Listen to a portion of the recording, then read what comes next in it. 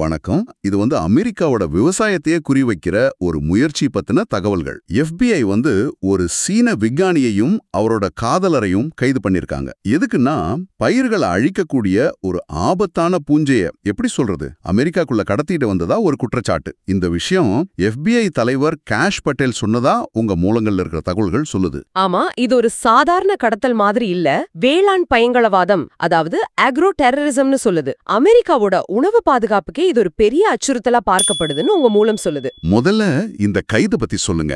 யார் அவங்க, என்ன கடத்தினாங்கன்னு ஆதாரம் சொல்லுது? பேர் யூகாங் ஜாங்ஜியன், ஒரு சீன விஞ்ஞானி. அவரோட காதலர் ஜவ் யாங் லியூ. இவங்க 2 பேரையும் தான் கைது செஞ்சிருக்காங்க. இவங்க சீனாவிலிருந்து ஃபியூசேரியம் கிராமினேரம் அப்படின்னு ஒரு பயிர் கொள்ளும் பூஞ்சை அத கொண்டு வந்திருக்காங்க. ஃபியூசேரியம் கிராமினேரம், இது புதுசா இருக்கே. இது ரொம்ப ஆபத்தானது. உங்க ஆதாரம் சொல்றபடி இந்த தகவல் கேஷ் பட்டேலோட ஒரு சோஷியல் மீடியா பதிவு மூலமா தான் வெளியே வந்திருக்கு. இந்த ஃபியூசேரியம் கிராமினேரம் அது எந்த அளவுக்கு ஆபத்தானது, ஏன் இத பத்தி இவ்வளவு கவலைப்படணும்னு உங்க ஆதாரம் சொல்லுது? சொல்றேன். இது ஹெட் பிளைட்னு ஒரு நோய பயிர்கள்ல உண்டாக்கும். ஹெட் பிளைட்டா? குறிப்பா கோதுமை, பார்லி, மக்காச்சோளம், அரிசி, இந்த மாதிரி நம்ம முக்கியமான உணவு பயிர்களை இதை அழிச்சிடும். அடங்கப்பா. அது மட்டும் அல்ல, இது மூலமா வர ஒரு நச்சு பொருள் அது மனுஷங்களுக்கும் சரி கால்நடைகளுக்கும் சரி உடல்நல பிரச்சனைகளை ஏற்படுத்தும். இது பரவினா பல பில்லியன் டாலர் அளவுக்கு பொருளாதார நஷ்டம் ஏற்படும் சொல்றாங்க. அதனாலதான் இத ஒரு வேளாண் பயங்கரவாத காரணின்னு சொல்றாங்க.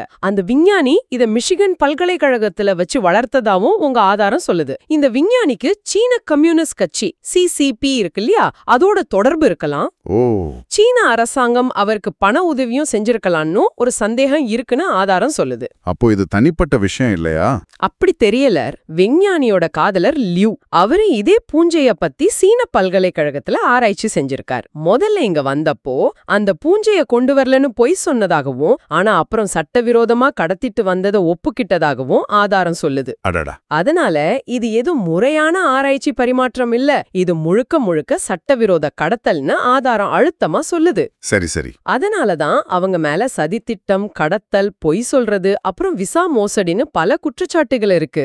அப்போ இது தனிப்பட்ட ஆட்களோட செயல் மாதிரி தெரியல நீங்க சொல்றத பார்த்தா. உங்க ஆதாரத்துல கேஷ் பட்டேல் இதை எப்படி பாக்குறாருன்னா, இது அமெரிக்க நிறுவனங்களுக்குள்ள ஊடுருவி உணவு விநியோக சங்கிலியையே குறிவைக்கிற சீன கம்யூனிஸ்ட் கட்சியோட செயல்பாடா இருக்கலாம்னு அவர் நினைக்கிறதா மூலம் சொல்லுது. இத வேளாண் பயங்கரவாதம்னு சொல்றது மட்டும் இல்லாம இது மனித குலத்துக்கு எதிரான செயல்னு சொல்லுது. ஒரு உதாரணம் கூட கொடுக்குது. பழங்காலத்துல அசீரியர்கள்னு இருந்தாங்க இல்லையா, அவங்க எதிரிகளோட கிணறுகள்ல விஷம் கலந்த மாதிரி இது அப்படின்னு ஒரு ஒப்பீடு. இது மற்ற நாடுகளுக்கும் ஒரு எச்சரிக்கையா இருக்குமோ? இந்தியா பாகிஸ்தான் சூழல்ல கூட இந்த வேளாண் பயங்கரவாத ஆபாயம் பத்தி பேசுது. பாகிஸ்தான் அப்படி செஞ்சா அது அவங்களையுமே பாதிக்கும், அதனால தயங்கலாம் அப்படின்னு ஒரு யூகம் இருக்கு. சீனா கூட தன் அண்டை நாடுகள் மேல இப்படி செய்ய யோசிக்கலாம், ஏன்னா அது அவங்களுக்கே திரும்பி வர வாய்ப்பு இருக்குன்னு மூலம் கருதுது. உணவு பாதுகாப்பையே ஒரு ஆயுதமா மாத்திர ஆபாயம் நிஜமாவே இருக்குங்கிறது இது காட்டுது. அப்புறம் நாடுகளுக்கு இடையிலான சந்தேகம் அது எந்த அளவுக்கு வளர்ந்திருக்குன்னு இது காட்டுது. ரொம்ப முக்கியமா ரொம்ப எளிதா இந்த மாதிரி